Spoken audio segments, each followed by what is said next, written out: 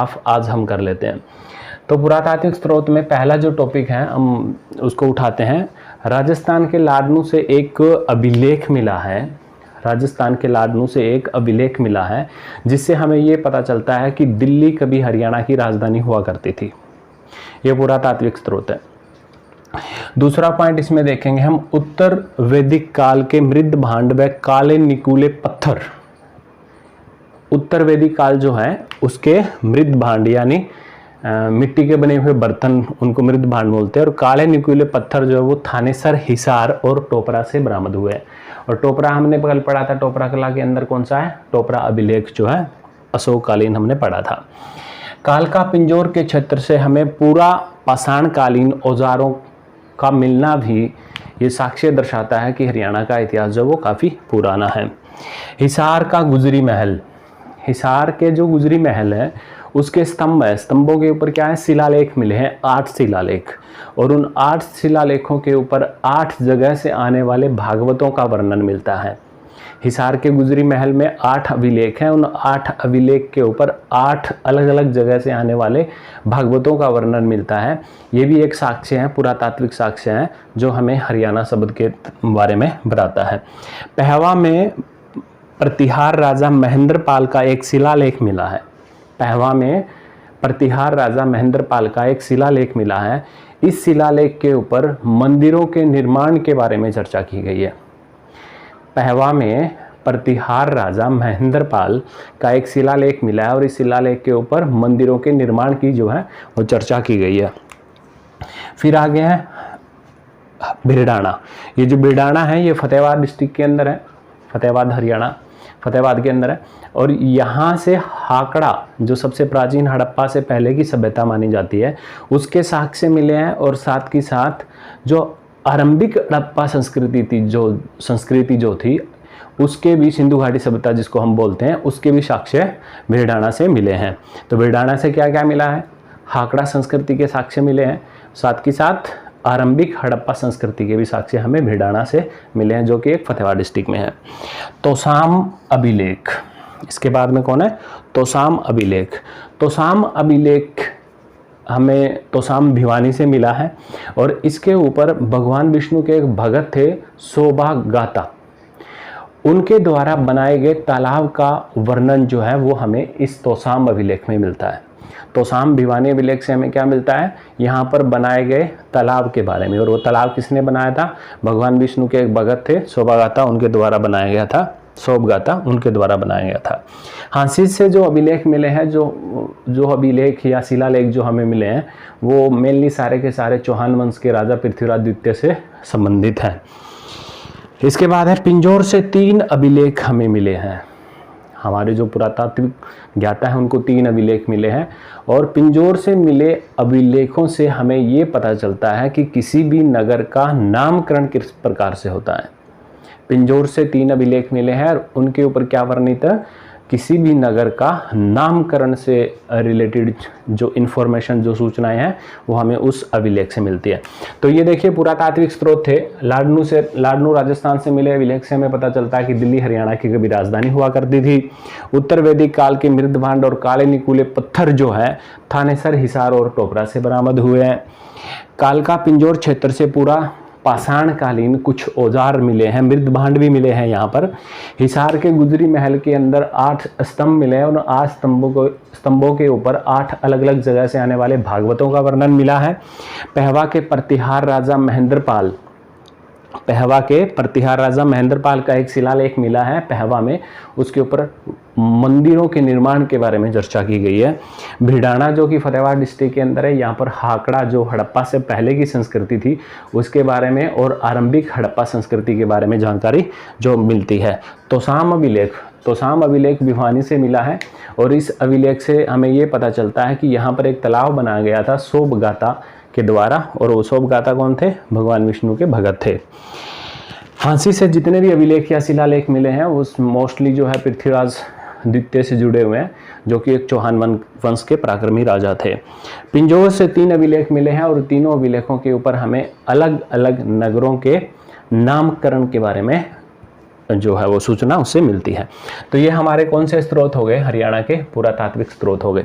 इसके बाद है मौद्रिक स्रोत, यानी अब हम इस तीसरा पार्ट पढ़ेंगे। पहला साहित्यिक हमने पढ़ा था, फिर पुरातात्विक हमने पढ़ा, और अब कौन सा है, मौद्रिक स्रोत, यानी वो कौन कौन सी मुद्राएं हमें कहाँ कहाँ से मिली है, कौन कौन से राजवंश के, उनके बारे में हरियाणा में कहाँ कहाँ से मिली है।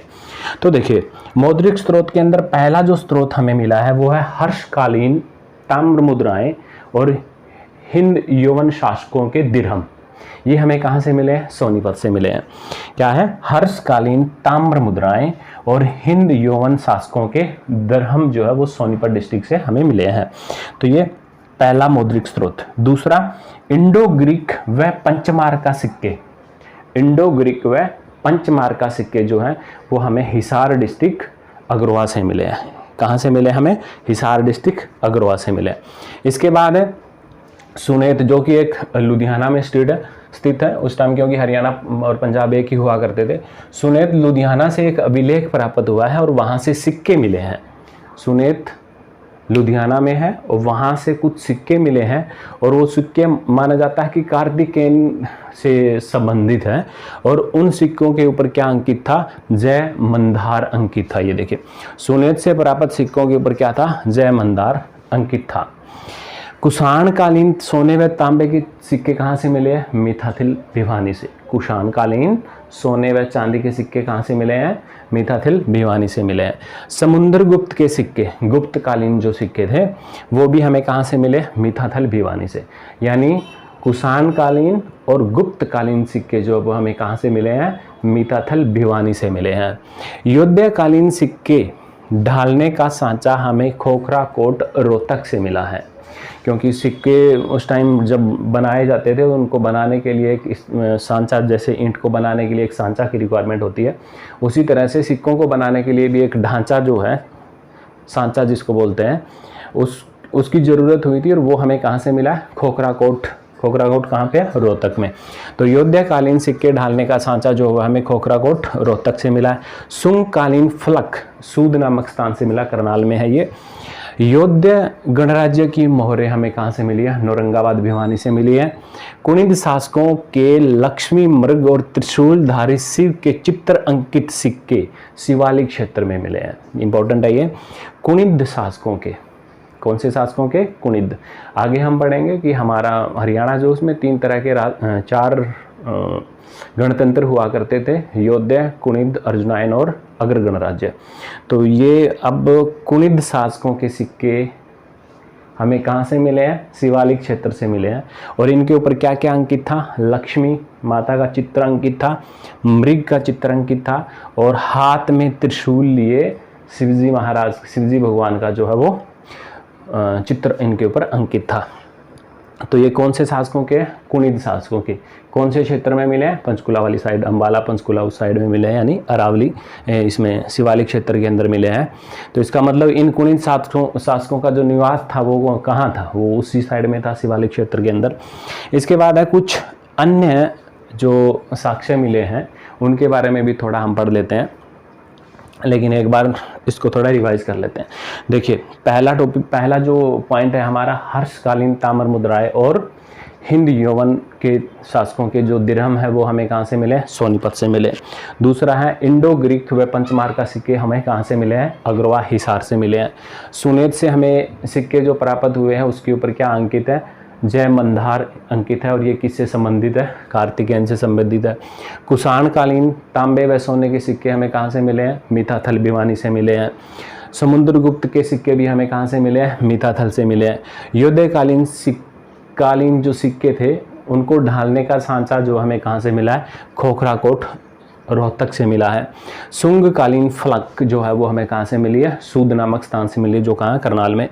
योद्धा गणराज्य की मोहरें हमें कहाँ से मिली है, औरंगाबाद भिवानी से मिली है। कुणिद शासकों के जो सिक्के मिले हैं उनके ऊपर लक्ष्मी मृग और हाथ में त्रिशूल लिए शिवजी भगवान की फोटो अंकित है, वो हमें कहाँ से मिले हैं, शिवालिक क्षेत्र के अंदर मिले हैं। तो ये जो थे ये हमारे पास मौद्रिक स्रोत थे। इसके अलावा भी कुछ ऐसे स्रोत हैं तो वो हम थोड़ा सा एक बार देख लेते हैं। देखिए अन्य स्रोत में इसको काउंट करेंगे तो हमारे जो प्राचीन हरियाणा है उसके अंदर 2 फेमस नदियां हुआ करती थी, दृश्यवती नदी और सरस्वती नदी। अब सरस्वती नदी के बारे में तो हमने सुना है काफ़ी कि ये मुगलावाली गांव था यमुनानगर के अंदर, वहाँ पे इसकी खुदाई वगैरह हुई थी अभी लास्ट ईयर 2-3 साल की बात है। तो इसके बारे में तो हमें पता है। दृश्यवती नदी ऐसा माना जाता है कि ये सरस्वती नदी के पैरेलल बहा करती थी। दोनों जो है वो यमुनानगर साइड वहाँ से निकलती थी दोनों नदियाँ। तो इन दोनों नदियों के किनारे पे सैंधव बस्तियाँ होने के प्रमाण मिलते हैं। इम्पोर्टेंट है ये। सरस्वती और दृश्यवती नदी जो है उनके किनारे पे सैंधव बस्तियों के प्रमाण मिले हैं। एक है एलोय अभिलेख। एलोय अभिलेख हरियाणा के एक हिंदू राजा हुए, बहुत ही प्रसिद्ध राजा हर्षवर्धन, जिनकी राजधानी थानेसर हुआ करती थी। मेन उनका संचालन थानेसर से हुआ करता था, बाद में कन्नौज उनकी राजधानी हुई। तो एलोय अभिलेख में हर्षवर्धन और दक्षिण के एक राजा थे पुलकेशन द्वितीय, इन दोनों के बीच में एक युद्ध हुआ था जिसमें हर्षवर्धन की हार हुई थी। इसका भी वर्णन किसके अंदर मिलता है? एलोय अभिलेख से मिलता है। फिर एक कलायत जो है अपने कैथल के अंदर, वहाँ से 2 प्राचीन मंदिर बने हैं और उनकी जो ईंटें हैं वो कौन से हैं? उत्तर गुप्तकालीन प्राचीन ईंटों से, लखारी ईंटें उनको शायद बोलते हैं, हाँ पक्का लखारी ईंटें ही उनको बोलते हैं। प्राचीन गुप्तकालीन जो प्राचीन ईंटों से बना हुआ मंदिर मिला है कहाँ पे? कलायत में। मौर्यकालीन सपूत, ये तो हाँ हिसार और फतेहाबाद के अंदर मिले हैं। हिसार और फतेहाबाद के अंदर कौन से? मौर्यकालीन स्तूप। टकसाले, ये सिक्का ढालने के लिए हुआ करती थी। टकसाले जो है वो हमें अग्रवा, बरवाला और औरंगाबाद से मिली है। कहाँ से मिली है? टकसाले मिली है अग्रवा, बरवाला और औरंगाबाद से।